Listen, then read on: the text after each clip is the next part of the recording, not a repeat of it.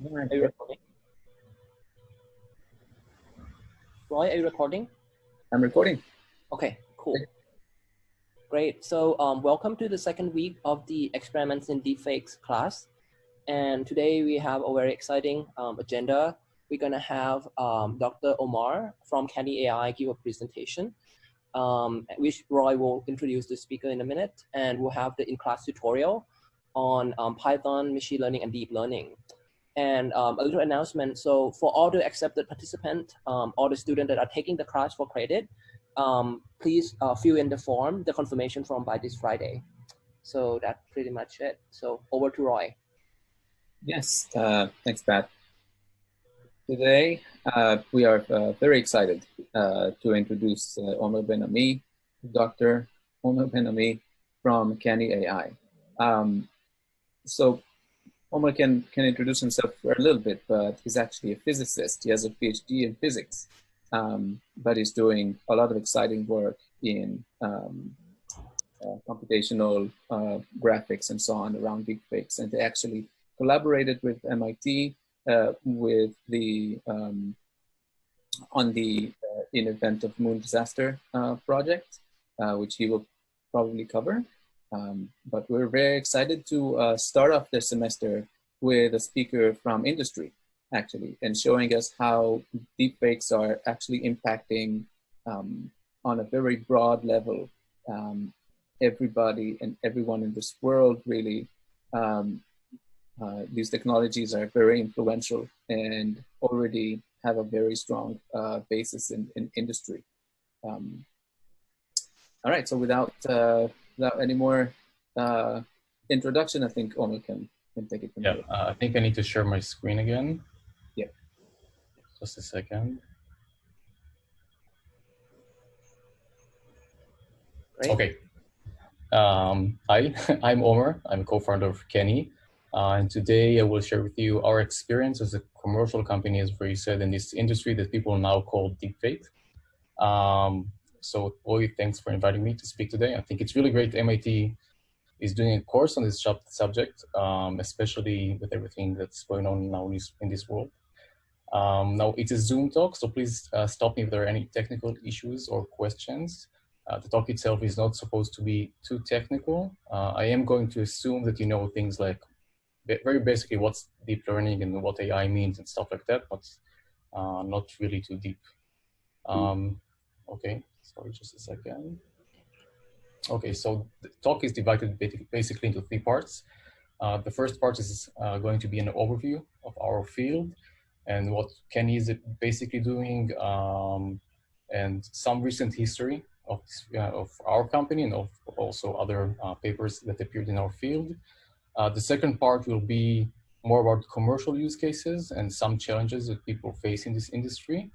And the last part, I'll try to compare between deepfakes and visual effects, and also this will be related to discussion about ethics and our own personal experience with these issues.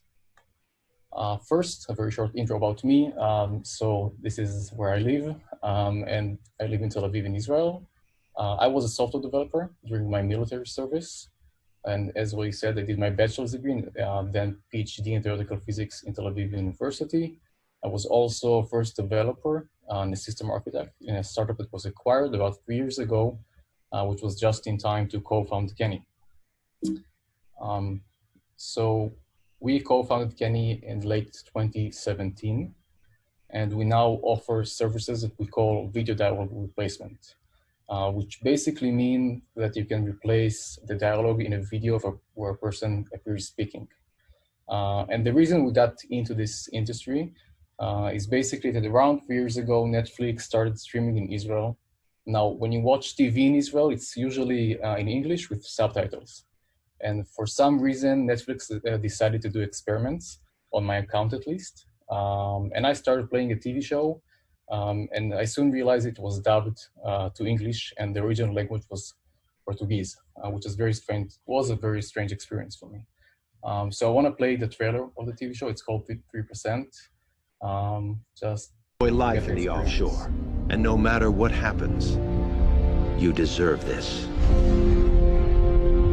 Our medicine is quite advanced. With a complete course of treatment, you might walk again. But first, you have to pass. So how far can I go? Of course you're going far. You're fierce. Before we begin, are you aware that we have no special policies in place for... Yes.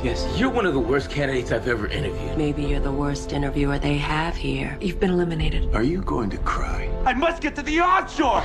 Each of you will only have 3 minutes to... Okay, so that was a very short clip, but hopefully you felt that something is a bit off. So that was basically I would say the aha moment for us.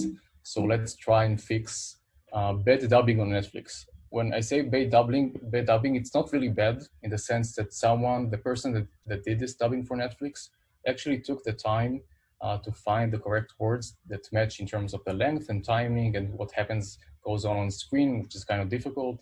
So in that sense, it's quality dubbing, but it still has its limitations. So the idea was somehow to combine AI and visual effects to fix this issue of dubbed live action content.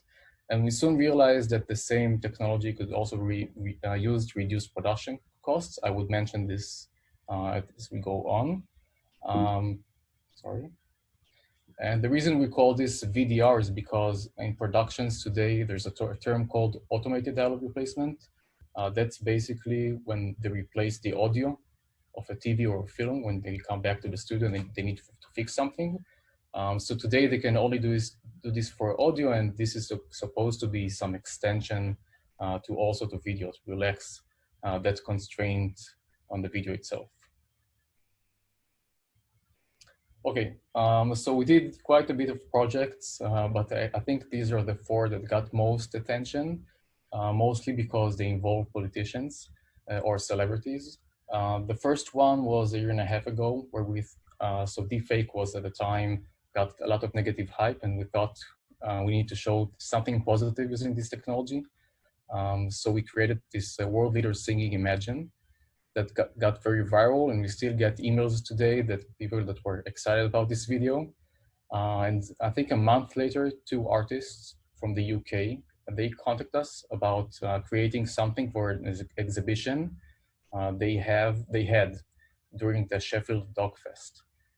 So in that exhibition, they wanted to discuss how companies use data to manipulate us. And this part of the exhibition was to see how now we can also try and manipulate celebrities. There were a few clips, not only Mark Zuckerberg in that case, but for some reason, Vice decided this is the most interesting video. We think it was because the whole hype around Nancy Pelosi, I'm going to mention this as well. So they picked it up, and basically it was insane for a couple of weeks after that.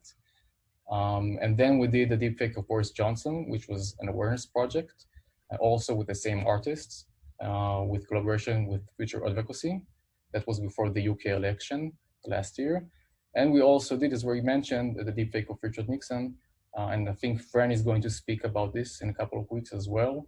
I think this is a project I like the most. The idea there was to basically take a speech Nixon wrote and just bring it back to life because he never got to say it.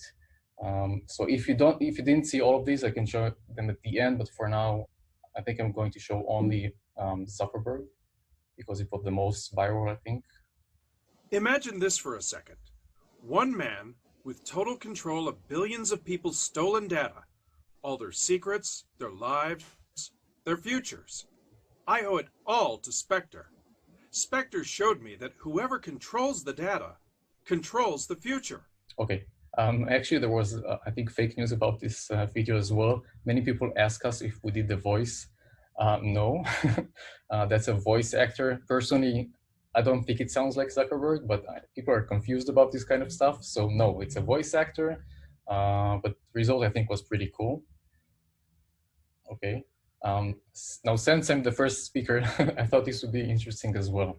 So if you don't know what's Google Trends, you basically can search for how popular a term is, and it's normalized to when it was most popular. So I searched for deepfake worldwide. So this is, I think it was July 2017, a very famous paper called Synthesizing Obama. I think one of the authors is going to speak here as well. They published a paper. It got the media's attention, of course. We founded Kenny in late 2017. This is around the time Deepfake, the open source project, was released. I think the trend is continuing till now. We released Deepfake Zuckerberg here, and now there's a course in MIT about Deepfake, which is really cool. Obviously, we couldn't predict any of this when we founded Kenny, so it's really nice. It attracts such attention, subject. Okay, so I kept saying deepfake for all the videos, but is it really deepfake? So there are two answers to this, yes and no. No, because the Deepfakes is basically an open source project for face swapping. You couldn't create any of these videos the way just mentioned them using just face swapping, at least for the original project. Of course, it's an open source project. Our code is not open source, and we also use different methods behind the scenes. So in that sense, no, it's not deepfakes. But it is in the sense that it's not really up to us. And now people use deepfakes for, I think, basically everything with the word deep in it because of deep learning, and that has anything to do with people.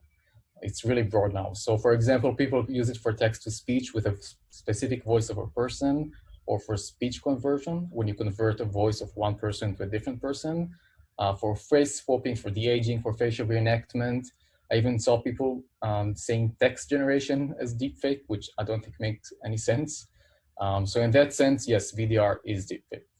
I think I should say that I think most of the commercial companies I know, they don't use this terminology to describe what they do. Obviously because it's kind of notorious now, but also because it's a bit confusing. It doesn't really mean what eventually the services you offer. So that was an important point. And I thought it could I think it's also interesting to do some taxonomy for what kind of types of deepfakes do in video. So first, just to introduce some terminology. This usually people call a target and a source. So a target is the video that appears in the final video and the result. And the source could be either a video and audio. And now the outcome, of course, depends on the type of deepfake you do. So if it's face and head swapping, in those cases, you basically replace the pixels of the target with the pixels of the source, okay? So for face swapping, it's only the pixels of the face, and for head swapping, we would also replace the pixels of the neck, the ear, and the hair. Then we have facial reenactment. VDR is an example for facial reenactment. And for this, usually you have the fine-grained or the coarse-grained control on the reenactment that you do. So for example, fine-grained is when you do lip syncing, when you control these subtle movements. This can be done using either audio or video. Now, audio is less unique than video in the sense that, for example, if I'm going to be silent now, I can smile, I can be with my mouth open. That's something you can't really know just from the audio itself. Of course, you can do it with video, but there are, I guess, advantages to each of the options. Coarse-grained control will be if you want to control blinking and eyebrows moving. Usually it's done with a source video. Some people try to do, especially for blinking from the audio signal. But I think it's still an open question to what degree you can really do it. People also try to do an avatar. So an avatar will usually be also controlling the head movement, not just the lip sync. And in those cases, usually it's going to be just the upper half body. Otherwise, you need to actually generate the entire body, which is kind of difficult. And then it moves on to body reenactment, which I guess is the most difficult of them all. And that would be to just create the entire movement of the body, including the hands. And of course, you can combine all of these together. So if you you want to create a virtual actor, for example, you would want body reenactment, but you also want facial reenactment with good lip sync. That's something important. Okay, so to demonstrate these differences, I have two clips to show you. The first one to the left is something I found online, a really cool clip I like. It's an example for head swapping. So basically what they did here is they took a video of Mark Zuckerberg and they changed him to look like data from Star Trek. So this is an example for head swapping actually, because they change also the ear, the neck, and the hair. So I'm going to play it now. So proceed, sir. Chairman Grassley, Chairman Thune, Ranking Member Feinstein, and Ranking Member Nelson, and members of the committee. We face a number of important issues around privacy, safety, and democracy. and you will rightfully have some hard questions for me to answer. Before I talk about the steps we're taking to address them, I want to talk about how we got here. Okay, so obviously what you heard, the words themselves are what Zuckerberg said. So this didn't change. And now for our example of VDR, it's a recent commercial we did with SodaStream. So what you're going to see here is behind the scenes, the production company we worked with did just as a side-by-side comparison. So basically to the left, you're going to see the source, which is an Israeli actor going to speak in Hebrew. And to the right, the target is the mountain from Game of Thrones. In the beginning of the clip, it's basically the data we used, and then you're going to see them in sync together. So the mountain is going to speak Hebrew eventually.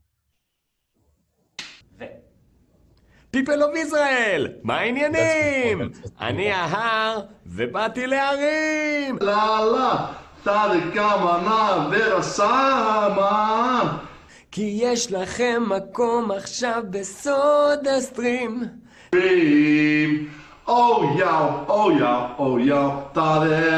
אז אמרנו נעשה סרטון להמונים. אז אמרנו נעשה סרטון להמונים. אז אמרנו נעשה סרטון להמונים. אז אמרנו נעשה סרטון להמונים. מחפשים אנשים סלש מזיזי הרים. עכשיו שלכו העיניים חננו לפלפנים.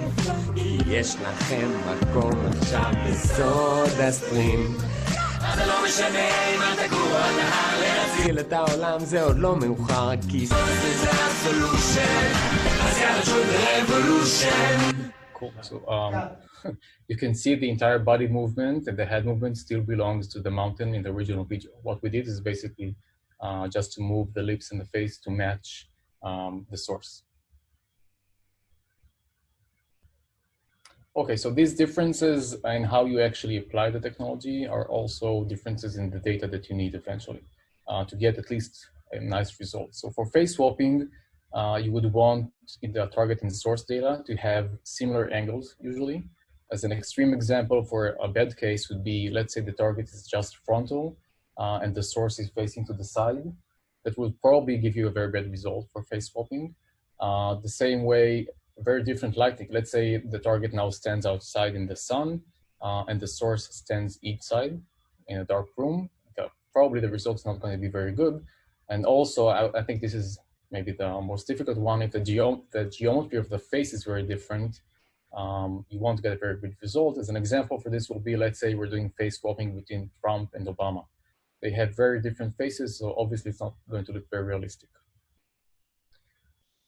And for VDR, because we're actually moving the pixels of the face, we have different requirements, but also some of the constraints are relaxed now. So first, we need enough data to train on the actual lip movement of both of them. So we usually need at least 1 minute of data for the person speaking. We also have a definition of a shot. That means, for example, we need the background to be semi-static. And the reason for that is, for example, let's say I'm now speaking and facing to the side. So if in the original video in a specific frame, the jaw is open and I need to close the jaw with a new dialogue, we actually need to complete the background pixels as well. So we need enough data of the background for the AI to be able to do that. The same way about the lighting. If the lighting is going to change very fast and we don't have enough data, that's also an issue. For example, if someone is standing in front of many cameras and there are many flashes, that's something we need enough data to train on. On the other hand, some of the requirements here are relaxed. We don't care about the angle of the source compared to the target. We don't care about the actual environment they are in. And of course, also the gender is not very important. So there are differences. Okay, so for the next few slides, I want to step back and just show you a few notable examples of what was in this field before AI joined the game, just to get some perspective on how things changed. Okay, so the first one is a paper for 2015 by Grillo et al. So what they did there is basically they used 3D models to transfer between a dubber and an actor to transfer the lip movement between them. And then they used this to render the actor's face. There was no deep learning involved here at all. So I want to play with the example. This is just to show you what I mean by 3D models. Gun. We mustn't become complacent. We have been called upon to do his work. We have his gospel. We have his words and his blood. Okay, so obviously not perfect yet. The second paper is from 2016. It's a very, very famous paper now called Face to Face. Very similar ideas, but they also did it in real time. The results are better. But again, no deep learning here. They just use 3D models to transfer the facial expressions and also to render the face. So I'm going to show you a short clip. There's no sound here, just see how the source basically moves the target.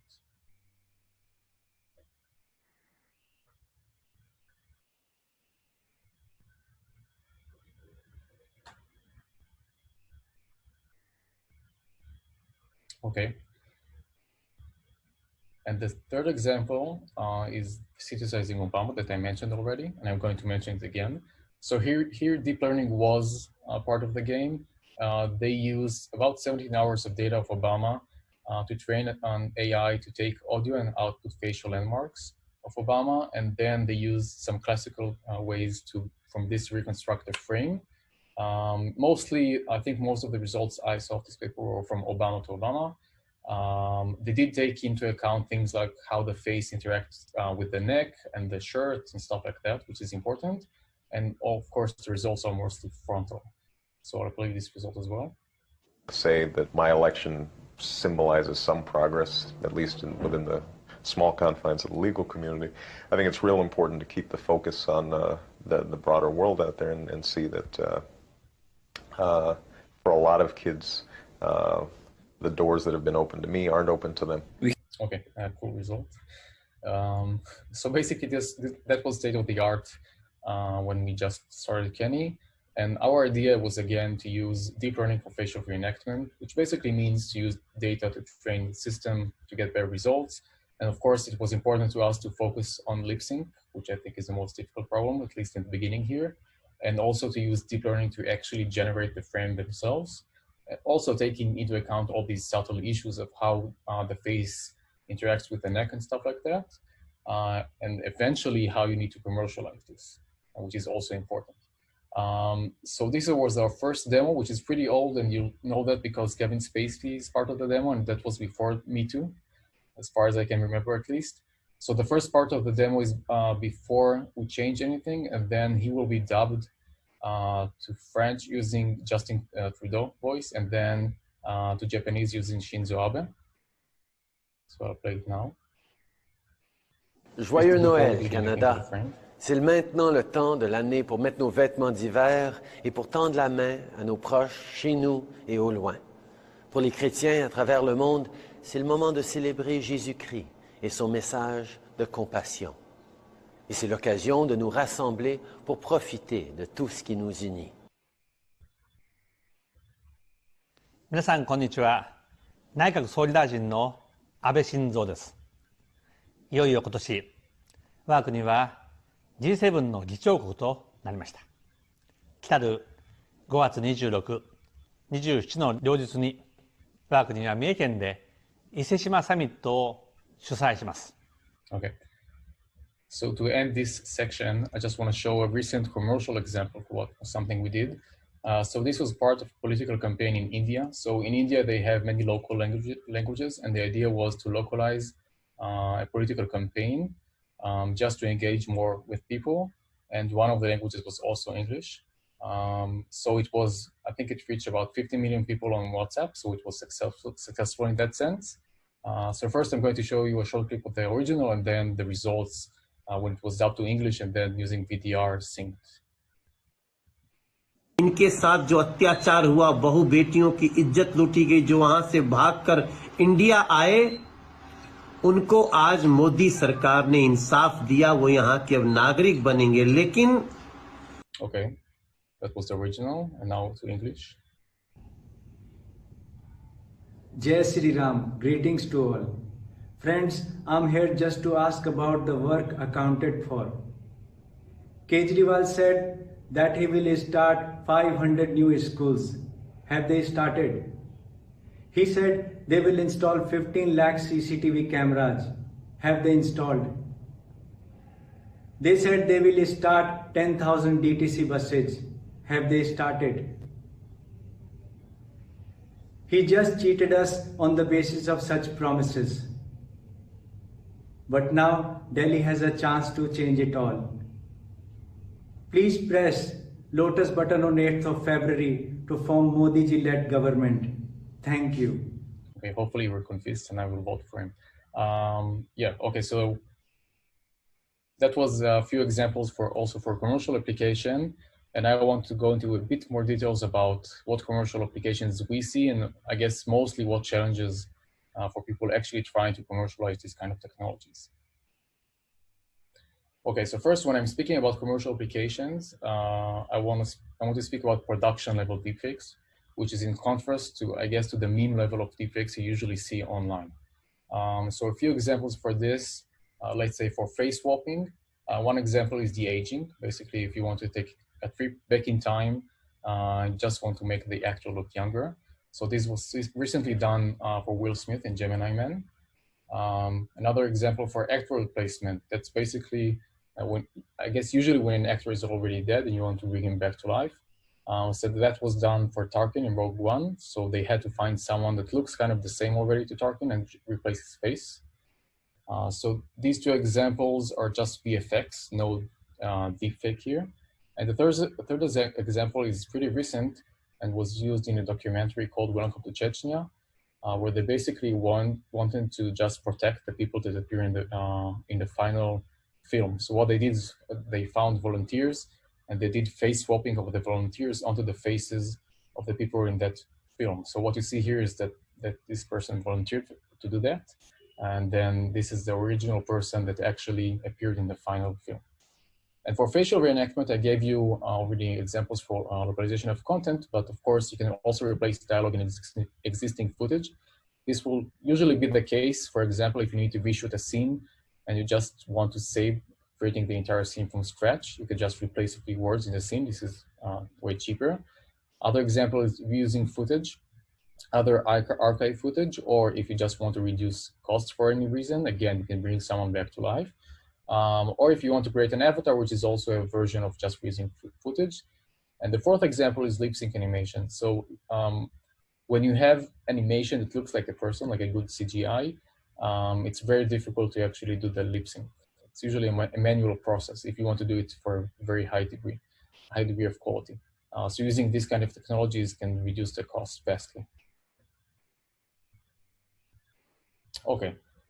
So I think the biggest challenge for face swapping, facial reenactment, and I think for visual effects in general is something called the uncanny valley. So if you've never heard about this, very loosely it means that if something looks like a person, it can be a robot, it could be CGI, whatever, it can be just editing of a video. There's a point where something can look like a person too much, but not enough, which makes it feel uncanny. So this is something I pulled out of Wikipedia just to demonstrate the uncanny valley here. So the x-axis is basically how much something looks like a person or a human, and the y-axis is how likable it is. So this is not an exact science, but in any case, it means that there's a point where there's this dip. This is the uncanny valley. And what you want to do is actually cross this valley. This is where you want to be eventually. And the reason for this is that people are very tuned and very susceptible to something which is off. It's something supposed to look like a person, but it's not really a person. I think we realize this pretty quickly. And this is a major challenge for VFX in general. And the general question here is, can AI magic basically help us cross the valley easily? And on the other hand, are we, in a sense, still the best deepfake detector? I would say yes, maybe not in scale, but it's very easy for anyone watching a video that was manipulated. If it's not perfect and if it wasn't done a lot of VFX to correct all the different issues, it's very easy for us to identify those. And to give a very concrete example for this uncanny valley, I want to share this scene from Justice League. So Henry Cavill plays Superman there, and in the original shot, he had a mustache, and they had to remove it in post-production. Now, this is a very high-end production, and obviously the stakes are very high. So they had the best people working on this. And also naively, it seems like something easy to do. You just need to remove a mustache. And also you have a lot of data of Henry Cavill. He's famous, right? So let me play the video. Does your thing really stand for hope? Yes, it does. But it looks like an S.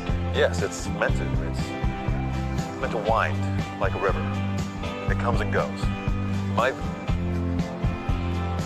A man I knew used to say that hope is like a car keys. Easy to lose if you dig around. Usually close by. Did you ever fight a hippo? No, that's no hippo. Shh. What's the best thing about planet Earth?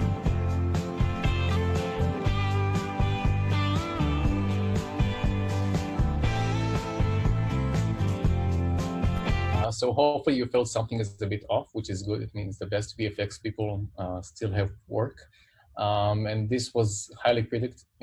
People call it mustache gate. And the point I want to make here is that it's very difficult to do lip sync in high quality and also face swapping. These are very challenging issues. Okay, so this is not the only problem. And there are many challenges to face. I'm going to mention them now, some of them at least. And it's something very common I like to see in comment sections. When you have deepfake videos, it's usually, it's obviously fake, but imagine in a few years from now, which is good, but it's still fake. So I think the general problems are, at least for now, first, you don't know what you don't know. So this is usually called in the literature in the wild. There's a huge variety of types of videos. Okay, just take a minute to look today when you see just any random TV channel. There are many types of scenes which make things very difficult. And this basically leads to many issues. For example, everything needs to be very robust. Unlike online results, eventually you can't really cherry pick the best results you get.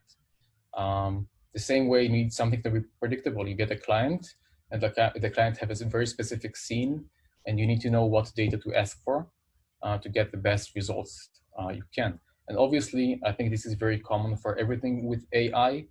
There's a lot of things that are not really predictable there. This is a common issue, and of course, you need to know how to work around this. Of course, everything needs to be in high quality. People are paying to you, so you can't really, I don't know, just avoid any issues you have eventually.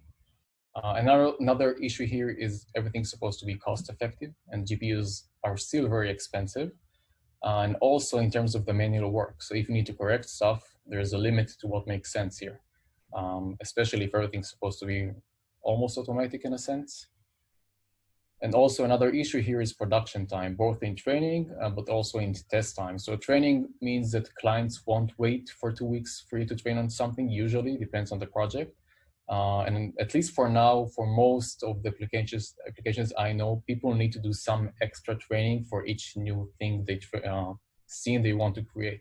So there are papers I know that try to do one model to rule them all. Usually this degrades the results and get us back to this meme level kind of deepfakes. But for the high quality, you need some extra training. And for the test time, this basically depends on the client. Some people want a result in a day. Some people think they would get something in real time. Usually this doesn't happen. But these are some issues you need to handle also for face swapping and for VDR. Okay, so now I want to get to specific challenges for both VDR and face swapping, and then I will give challenges for each one of them separately. So I'm going to demonstrate now in my camera. So I need you to look at me. So hopefully you can see me.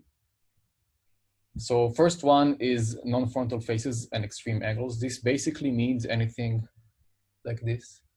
So this is an issue usually because you need to do some face tracking and also a lot of data. This is an important issue. Close-up and partial face shots, this will be anything like this. Again, very difficult and happens quite often if you just look at random TV shows. Camera movement, so I don't have a camera, but I'll try to demonstrate. Okay, this is also quite difficult to handle. Hands or anything blocking the face. I think this is one of the more challenging things eventually, this stuff like that, or just very common things you do with your face. And the reason is that usually you need to somehow work around this, right? So I know there are papers trying to do something like So in VFX, it's called rotoscoping, basically just trying to separate things into layers. But you want, that's very manual, right? You want to do something to work around this. So this is very challenging, especially if you want to do it to high quality. Facial hair. So this is like the example of the mountain I gave. This is also quite challenging. 4K resolution. So there are people that train 4K and get good results, but usually what's important here, the technical term will be high frequency details. It's not enough to just train a frame with the size of 4K. You actually need to capture all these fine details. Let's say you have freckles, that's something you need to capture if you really want to compare to the original frame. And again, we're talking about production level defects. So these are issues that you need to somehow work around. Temporal coherence, that's also very important. So that's a big difference between, I guess all of you saw examples of people generating images, very high definition, I would say, but eventually it's very difficult to move from just one frame to a video because you need everything to be consistent throughout the video, because otherwise, again, this uncanny valley issue, that people are very susceptible to this. The eye picks up on all these small issues very quickly. So again, everything needs to be nice and smooth.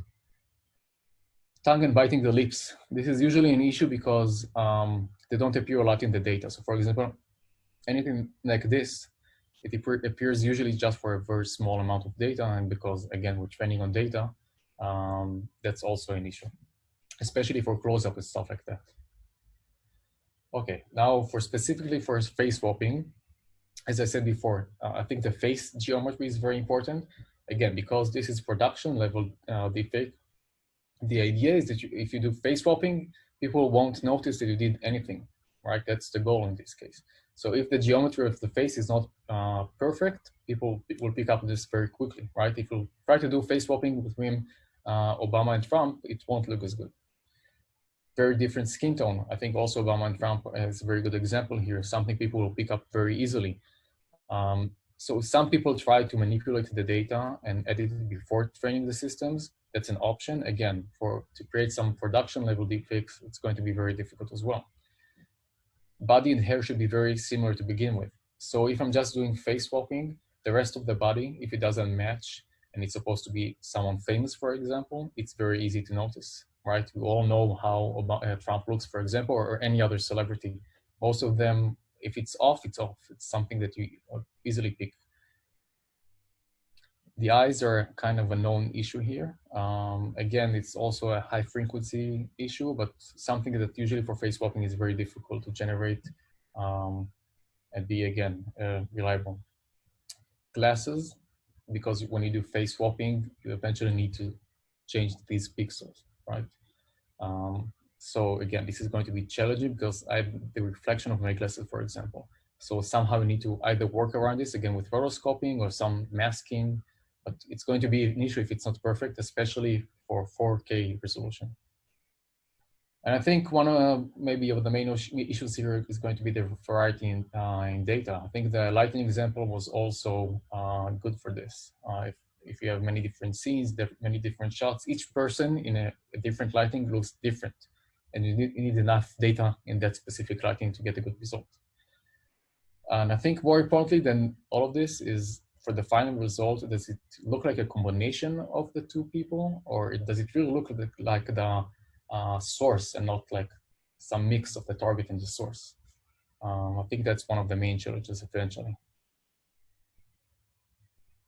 Okay, for VDR, obviously perfect lip sync. So when you're lip syncing, it's also the chin that moves. If you have an Adam's apple, it also moves, and you need to capture this. Otherwise, it's very obvious. Dynamic background and lighting, again, it's an issue of amount of data and how you handle this. Interaction with the environment. So let's say my shirt was like this, and I'm looking at it like this, and I need to complete these pixels. This is an issue. It happens quite a lot in videos. Timing of the new dialogue. Okay, so I showed you the example of the 3%, and they did like this bad dubbing, which is actually for dubbing kind of good, but that's because they chose carefully the words to match whatever happening on screen.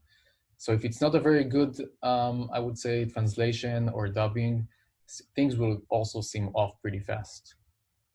An example for this, just a small example. Let's say if I'm silent and my head moves in a very strange way, that's something that you pick up very fast. I hope that this example was clear. Lack of diverse data of mouth movement. Again, this is an issue from out of data. So if I'm speaking now English, for example, but you want to translate me to French, and for some reason we don't have enough data for that, the result probably won't come out good enough. Okay, so I tried to scare you, hopefully not too much. There are many issues to solve here, but I want to end this section with a recent demo we did with a company called Be Epic. They're a VFX studio in Berlin. We're basically trying to push with them what you can do with VDR. So what you're going to see here to the left are 3 videos of the target in 3 very different angles, which again, I said it's difficult. Also, the person here has a beard. And hopefully the resolution here is supposed to be higher than you saw previously. And to the right, we have the source. So basically the target is going to be in sync to the source. The man felt like a speck in the frozen nothingness. Every direction he turned, he could see ice stretching to the edge of the earth, with white and blue ice, glacial ice tongues, and ice wedges. There were no living creatures in sight. Not a bear or even a bird, nothing but him. It was hard to breathe, and each time he exhaled, the moisture froze on his face. A chandelier of crystals hung from his beard. His eyebrows were encased like preserved specimens. His eyelashes cracked when he blinked. Get wet and you die, he often reminded himself. The temperature was nearly minus 40 degrees Fahrenheit, and it felt far colder because of the wind, which sometimes would icy particles into a blinding cloud.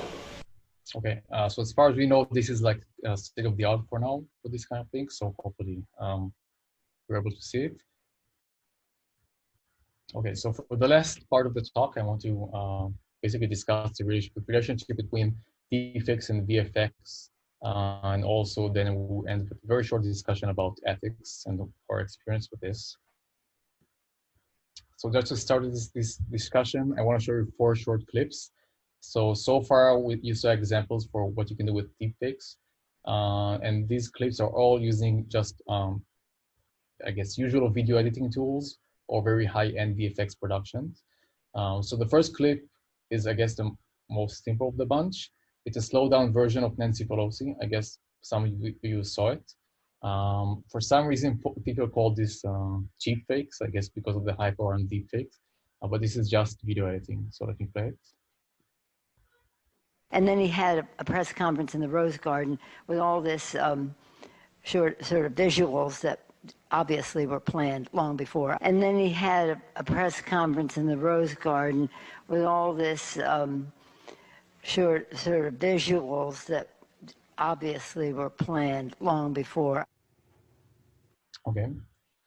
And the second one is a scene from Forrest Gump, where Forrest Gump meets Nixon. So this is spatial reenactment from, I guess, 25 years ago.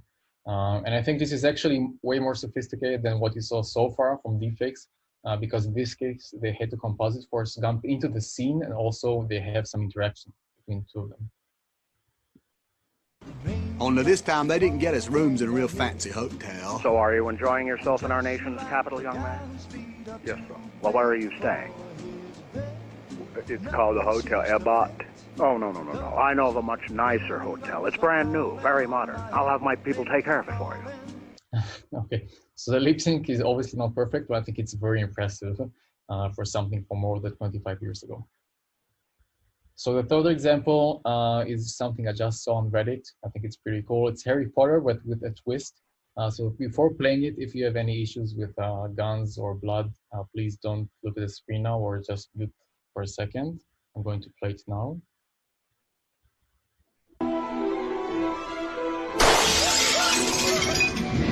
You're a wizard, Harry. Well, I shouldn't have told you that. I should not have told you that.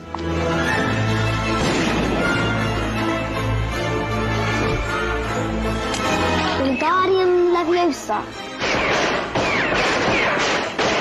Oh, well done. I'm warning you now, boy. Any funny business, you won't have any meals for a week. Oculus repairer. Alert war. Okay, so it's not perfect, but I think someone did it on his laptop at home. So it's not like a very high-end VFX production, but still it looks pretty cool. And the fourth example is behind the scenes of a very specific scene from the last season of Westworld. There's an explosion in this scene. So again, if you don't want to see it, please mute and don't look at the screen now. The prop car through the scene, so at the moment it explodes, it in theory is in the same place that the Jeep was in the parking lot relative to camera. And then we took all the explosive elements,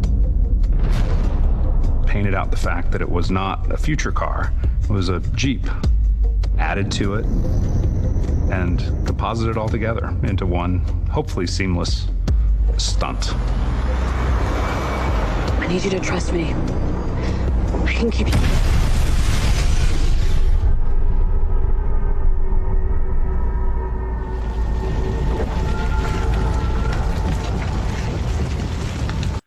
Yeah, okay, I think this is a pretty amazing scene.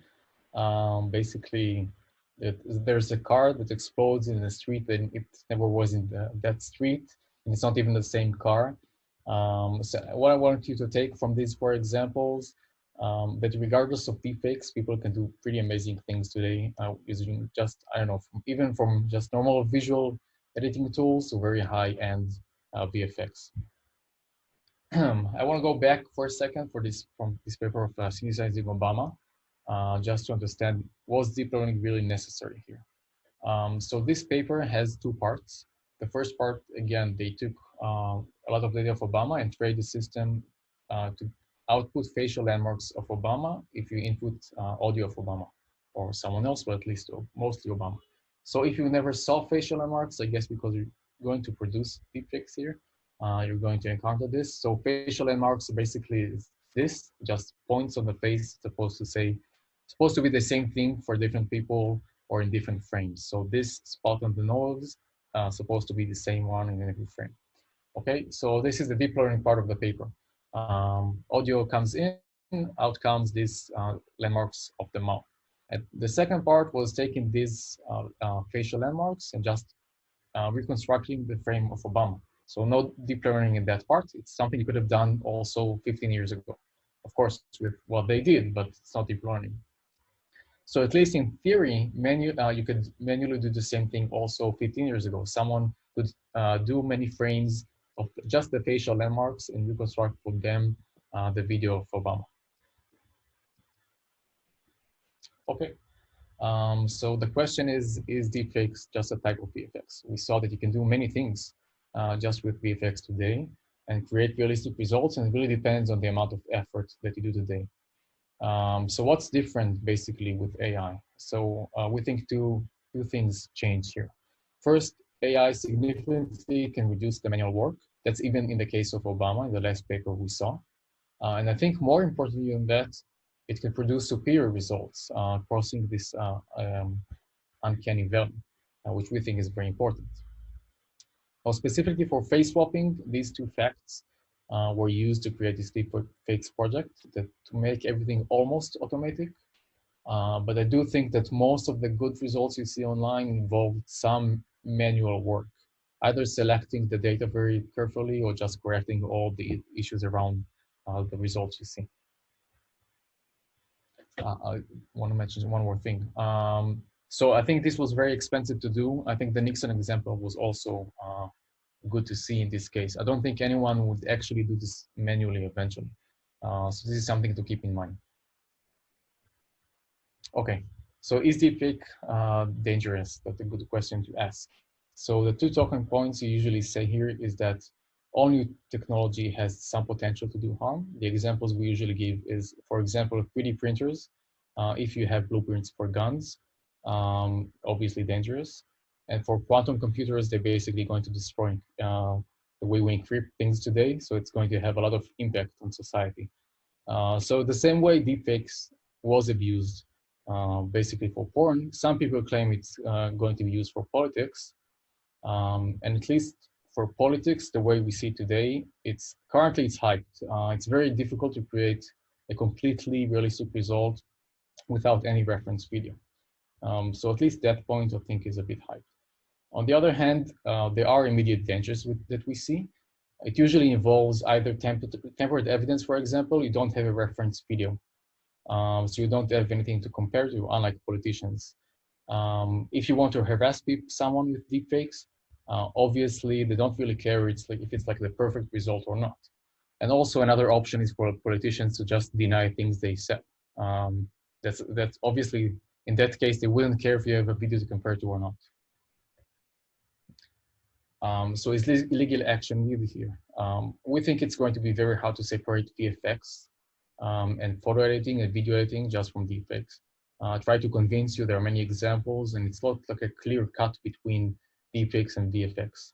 And so any legal action here is going to affect a very large industry that has nothing to do specifically with deepfakes, right? This video of Nixon is just VFX eventually. It's from 25 years ago. Also, most of the misuses, at least that we talked about with people, are already illegal in a sense. If it's defamation or copyrights, of course, it depends on the country. Most of them are already illegal, that I know of at least. And more importantly, if it's, I guess, if we worried about a government interfering, it's not going to stop any other government from doing that. And also, it didn't stop any other government from doing the video like Nixon meeting Forrest Gump 20 years ago. If it's a money issue, obviously governments, they have money. The same way for organized illegal crime.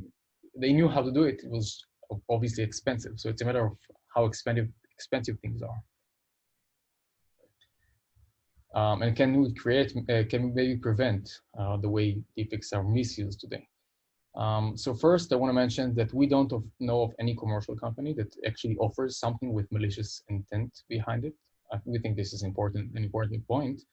And eventually, if you trace back the way it was misused, it always comes back to the fact that there were open source projects online and also academia papers that basically revealed everything they do.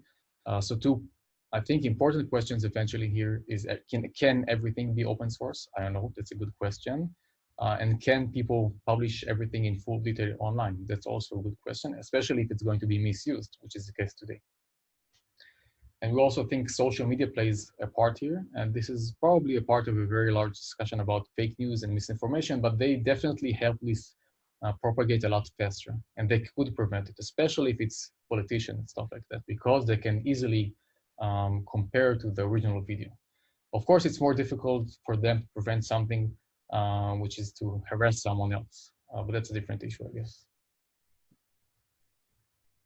Okay, our perspective on this was that early on, we decided that we're going to collaborate with projects, as you saw, mainly to raise awareness or satirical projects.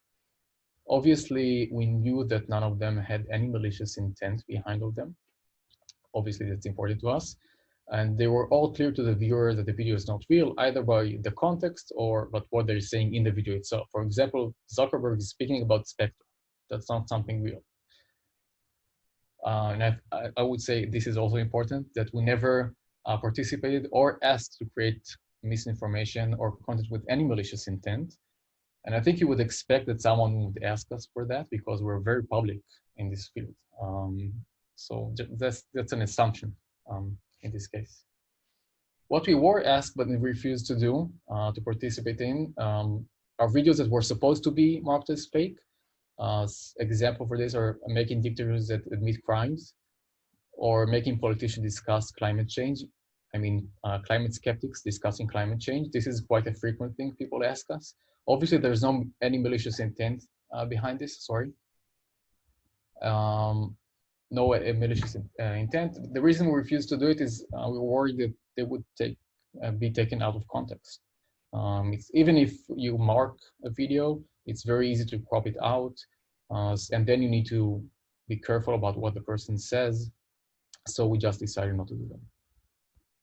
And specifically on our online platform, we only allow it for commercial use cases. And almost always the person in a target video, they have to give consent, unless for very specific visual effects use cases, like the Nixon video we did with MIT, where we know there's no malicious intent behind this. Okay, let me just conclude. So we do think AI significantly improved face swapping and facial reenactment, or VDR, both in the quality of the results you get, but I think also in terms of the cost, because you don't have a lot of manual work, which also means that there's much less effort in what goes into actually creating this kind of stuff. Obviously, there are still many things to do to create production level VFX, and that I mean really high quality deepfakes that you can't really tell if something going on in the video. I think there are many challenges here. So obviously making something perfect is still not easy today. And we also think there's a very interesting discussion about deepfakes and illegality and ethics, but I think the context of this as part of the VFX community is also very important, which is what I try to convey here. That's it, thank you. Thank you, Omer, very, very much. I think that your presentation here opened up so many avenues and interesting things to talk about. The last part, of course, but also the technical parts at first. So you spent, while we're letting other people kind of gear up with questions, you know, we have a couple already lined up. You spent quite a bit of time trying to distinguish between deepfakes and VFX, so virtual effects, and how essentially they might be one and the same, but there are some key differences in the purpose for them, for VFX and deepfakes, but also in the technologies. And my question to you is that, are you predicting, or do you see this two path converging so that we will have better VFX essentially, or we will have better deepfakes through VFX technology that will just become more automated based on AI? Or do you see this diverging even more so that we have a clearer understanding of what are deepfakes and what are VFX? I don't think there's a very clear cut here. Again, I think it really depends. I think these online videos you see for deepfakes, they're kind of different than the usual VFX process. For example, if you take the open source project online, I think many of these videos are going to disappear. On the other hand, I don't think face swapping is going to disappear from the VFX community. Obviously, people are interested in this and they're doing this using other techniques. It's just a matter of maturity of the technology. So in that sense, definitely the entire VFX community, as I know it, also, I have to say, just from the sidelines in this case, they are trying to find a way to incorporate these kind of technologies. Yes, obviously it reduces costs, it can create better results eventually. It's just a matter of you need to solve all these issues I mentioned for them to be able to use it reliably. We have a question from Liang. You wanna, yeah. Hi, Umar. Thanks for the presentation. I think there is an elephant in the room which is not clear, is how the erotic industry got their hands on their influence to deepfake and also deepfake to them. Sorry, I missed the question. Can you say it again? I lost you. There's definitely an elephant in the room is the erotic industry, which got its momentum from deepfake and also kind of brought deepfake a little bit out of the water as well. So what do you think about it, and also the social impact of having deepfake in this? Yeah, that's a good question. I'm not sure I'm the authority to answer this because, as I try to explain, we're not really doing face swapping. I do think the issue here eventually, as I try to say, is the fact that both academia and open source projects made things look very easy. And from my own personal experience, it's not very easy to create this kind of stuff. So obviously many talented people worked on creating this. I think the main project now is called Deepfakes Lab. Very good people spend a lot of time trying to do this a better job. And yes, maybe that's why it was misused, right? It's easy. Like if you can use today After Effects in Adobe, and you can do some sort of face swapping in After Effects in Adobe. And no one really stops you from doing this. And I'm sure people do the same thing for porn also using Photoshop. So in that sense, deepfakes was a novelty. It created some very good results very easily. Because it's for porn, no one really cares if it's perfect or not, which is a good question eventually to ask, if everything should be open source or not. I don't have an answer for this. I think it's very similar to what I said about 3D printers and blueprints for guns. Should this be open source? That's something society needs to answer. What I can say is that I didn't see any commercial company. I don't know about porn. I'm not from that industry, but I didn't see any commercial company, at least in our field, that actually offers this kind of services for money. So I think that's also important. Cool. We have one question from Lawane. You can unmute yourself and ask the question. Hello. Yeah, I just wanted to know, could you also share some insights on some latest state-of-the-art research about how to differentiate between deepfakes and authentic videos? Well, the honest answer here will be that I think the best tool to detect deepfake is your own eyes. Well, I think it depends what you want to do. If it's for mass detection, I don't really follow this kind of stuff. I can answer that no one actually approached us about this. So, you know, this Zuckerberg video got very famous, and also Imagine, and also this video with Boris Johnson.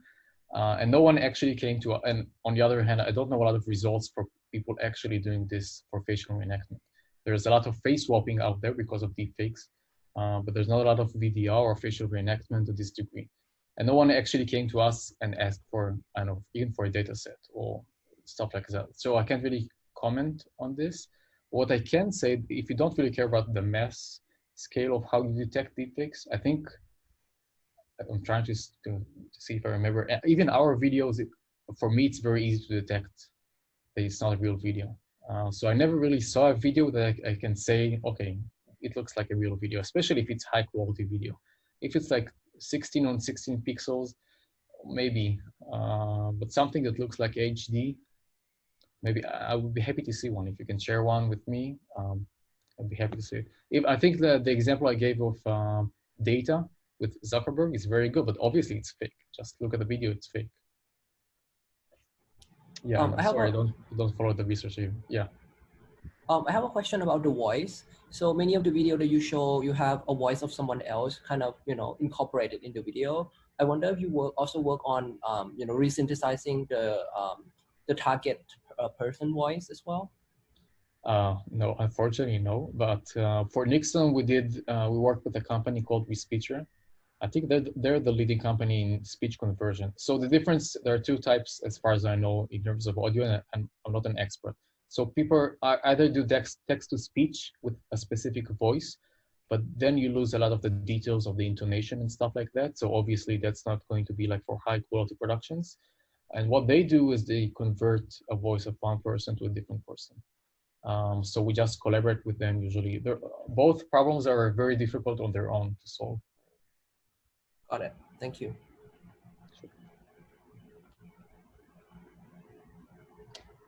We have a question from Queenie. Yes, thanks for the presentation. I'm just looking through your website and I saw the idea of AI talent agency. And I kind of feel very intrigued by this term. So I just want to hear more about that. Is this is it like an easy business? Do you have quite positive response from people volunteering to join your productions, or is there more resistance? And also, are you envisioning people joining this AI talent agency ultimately can be everyone? Or is it today still more like performing specialists or sound models who is kind of joining your team? Okay, I can't share too much details. I am going to say what's the goal here eventually. Maybe it will answer the question. So the idea eventually is today it's very expensive. Even if you want to create an explainer video with just of high quality, of course, it's very expensive to hire an actor to do it. And the idea here is eventually to find, I would say, obviously people that are good presenters. I don't know if it's a specific person, depends on the variety of what you want. And to create a large database of that people can just use and create their own like virtual production. So imagine, for example, you have a specific actor that you can choose in many different angles, and you can combine these angles and just replace the dialogue. It's going to be way less expensive than paying someone to do it, which is today is quite expensive. To create an entire production from scratch is very expensive. I think that's the most I can comment for now on this. Wow, that's very futuristic, very cool.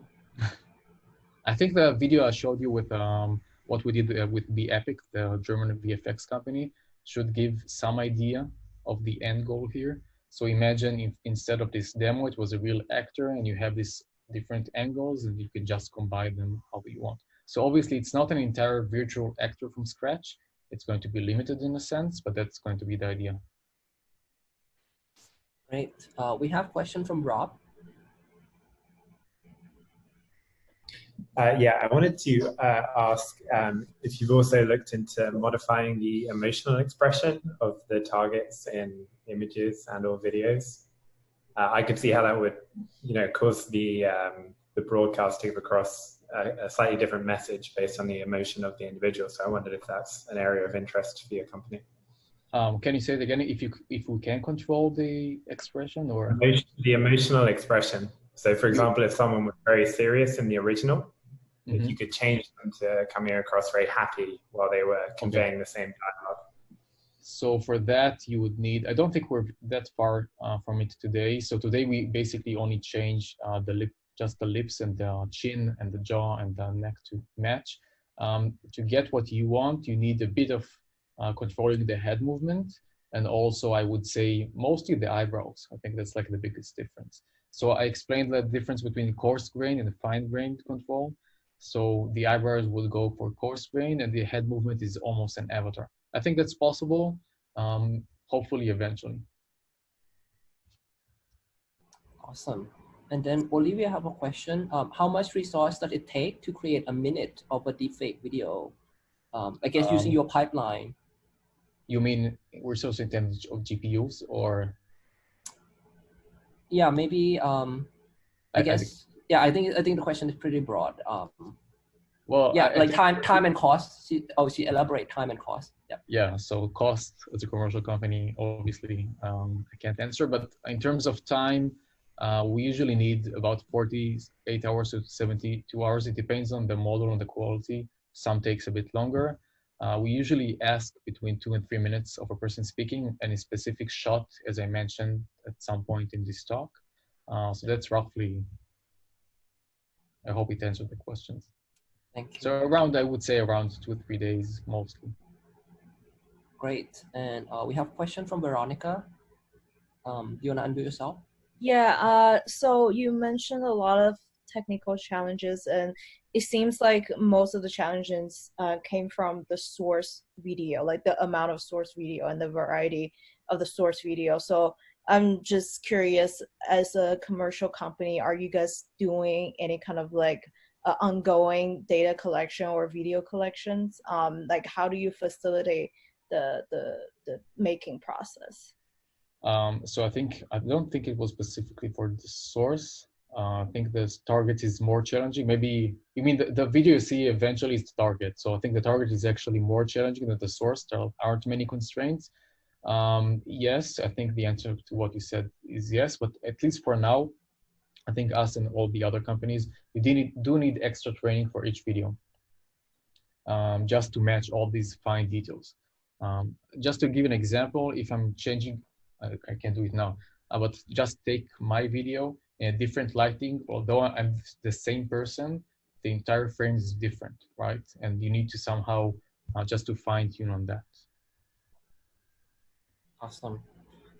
Yeah, so my last question before we conclude with you is, these students, they're in the experiment in deepfake class and they're gonna make a project related to deepfakes. So do you have any suggestion, comment or thought, or what kind of, exciting thing people should be focusing on in this area? Yeah. That's a good, honestly, I don't have a lot of, you mean face swapping mostly, or?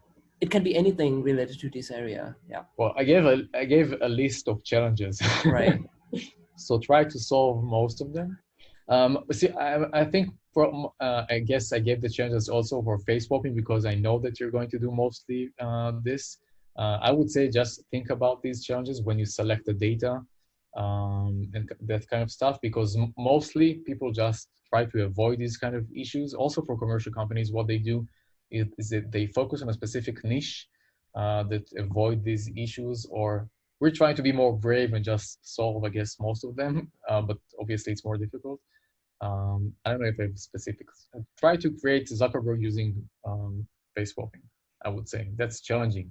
You need to find someone that looks like Zuckerberg, and I would say yes, that would be interesting to do. Awesome. Thank you. Back to Roy. Thank you, Omer, so much. Thanks for joining us. We will be sharing this video obviously with the students.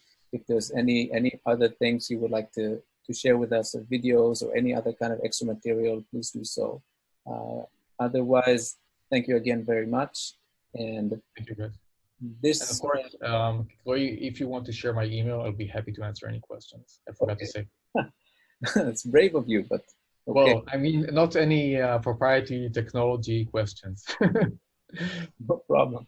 Yes, if anyone else has any question, we will definitely send it to you and make sure that you're available. Thank you for agreeing to do that. Thank you very much. We're actually going to conclude this part of our class now and switch over to a different part, only for registered students. Let's take. I can go, Mark. Okay. Thank you so much. Hi, Omar. Okay, thank you. We will switch to a different part. Registered student, you will find your if the other Zoom link was emailed to you. We will take a few minutes break, and about 5 minutes break, so 3:23. Let's meet up in the other Zoom session. Otherwise, thank you everybody else for joining, everyone. I hope that you enjoyed our inaugural speaker of this semester. I personally really enjoyed the talk because it opened up so much things for us to talk about. And I'm excited to see the other people. Signing off for now. We'll see you after the break. In how much time you're gonna give? 5 minutes. 5 minutes, okay. Let's meet in the other Zoom. Right, and for all the registered students, I think you should all have the link for the private Zoom call. And if you don't have it, just email us, the instructor, and we'll send you the link. So thank you. Thank you.